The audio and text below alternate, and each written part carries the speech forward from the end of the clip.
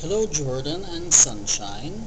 I miss you both very, very much, and I thought it would be nice to read Jordan a little bedtime story because I'm not there to do it, so I'm going to try and do it from my hotel room because I miss you both and I miss being there, and I miss being able to read Jordan a bedtime story. So this is a story called The Master Cat, or Puss in Boots. There was a miller who left no more estate to his 3 sons than he had his mill, his ass, and his cat. The partition was soon made. No attorney was needed. They soon would have eaten up all the poor patrimony. The eldest had the mill, the second the ass, and the youngest nothing but the cat. The poor young fellow was quite comfortless at having so poor a lot. "My brothers," he said, "may get their living handsomely enough by joining their stocks together, but for my part, when I have eaten up my cat and made a muff of his skin, I will die of hunger." The cat, who heard this, had made as though he had not, said to him with a grave and serious air, "Do not afflict yourself. You have nothing else to do but give me a bag and get a pair of boots made for me, that I may scamper through the dirt and the brambles, and you shall see that you shall not have such a bad portion as you may imagine."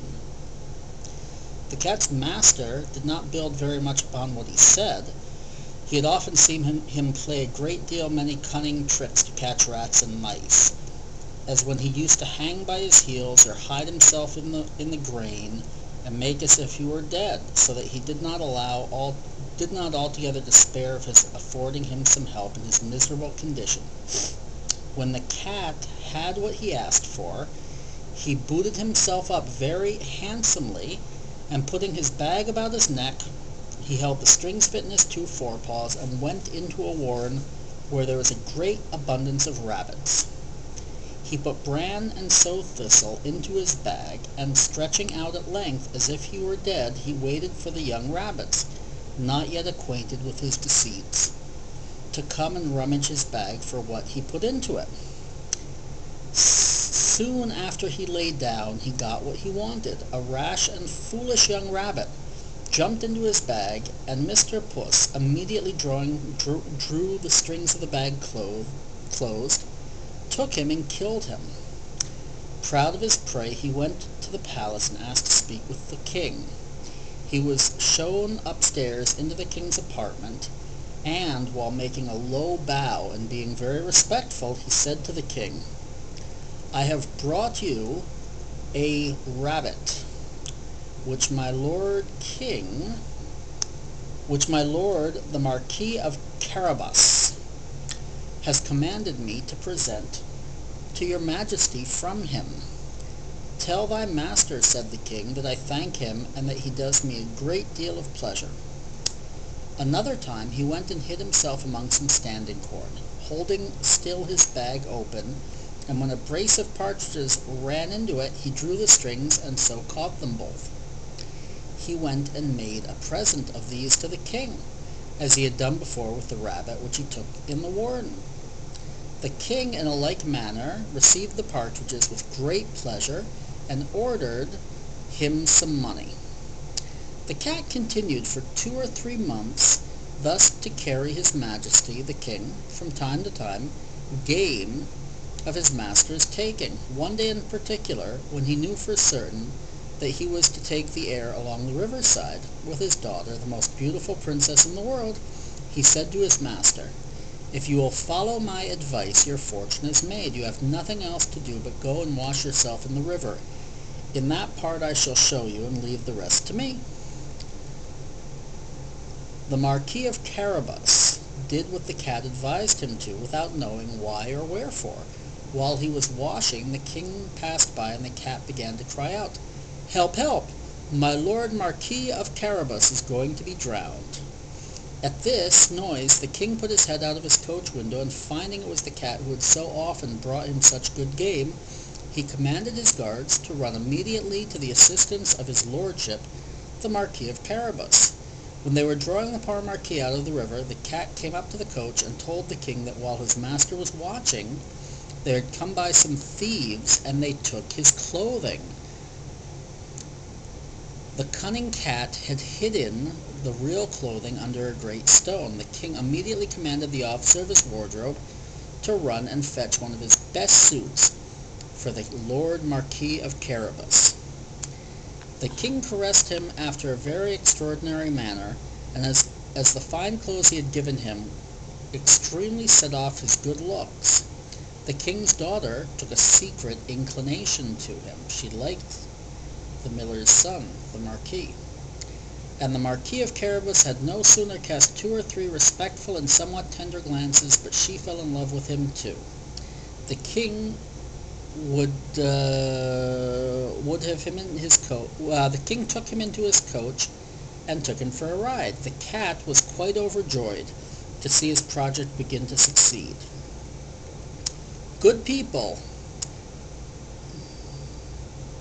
The cat saw some people working in the field, and he said to them, "Good people, if you do not tell the king that this land belongs to the Marquis of Carabas, you shall be chopped up as small herbs." The king did not fail to ask the people in the field who the field belonged to. "The Lord Marquis of Carabas," answered they all together. "Yes, you see, sir," said the Marquis, "this is a meadow which never fails to yield a plentiful harvest every year." The master cat, who still went on before, met with some people who were also working in the field. "Good people who are reaping, if you do not tell the king that all of this corn belongs to the Marquis of Carabas, you shall be chopped up small as herbs for the pot." The king, who passed a moment after, asked who the corn belonged to, and he was told the Marquis of Carabas.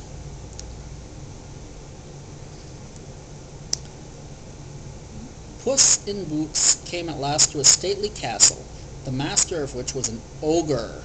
An ogre is like a mean monster, the richest who had ever been known. The cat, who had taken care to inform himself who this ogre was and what he could do, asked to speak with him, saying he could not pass so near his castle without having the honor of paying respects to him. The ogre received him as civilly as an ogre could do, and made him sit down. "I have been assured," said the cat, "that you have the gift of being able to change yourself into all sorts of creatures you have a mind to. You can, for example, transform yourself into a lion, a serpent, an elephant, and the like." "That is true," answered the ogre very briskly, "and to convince you, you shall see me now become a lion." Puss was so sadly terrified at the sight of a lion so near him, he immediately got into the gutter, not without the abundance of trouble and danger. A little while later, after Puss saw that the ogre had returned his natural form, he came down and admitted he had been very much frightened. "I have moreover informed, but I do not know to believe it, that you also have the power to take the shape of the smallest animals.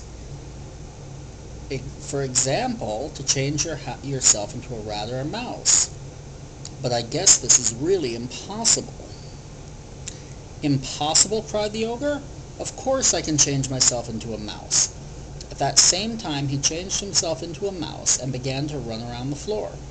Puss no sooner perceived this, but he fell upon the mouse and ate him up.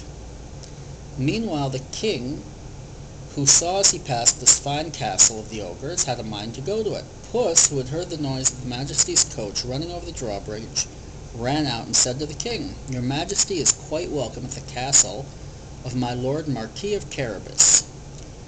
"Ooh, my Lord Marquis," said the king, "this castle belongs to you? There can be nothing finer in this court and stately buildings which surround it. What a beautiful castle you have." The Marquis offered his hand to the princess and followed the king. They walked through the castle, and it was very, very beautiful. So the king offered his daughter, who was very beautiful, to the Marquis, and they got married. Puss became a great lord and lived in the castle from then on. And that is the story, Jordan, of Puss in Boots. I hope you enjoyed it. And I will try and read you more stories over the course of the week.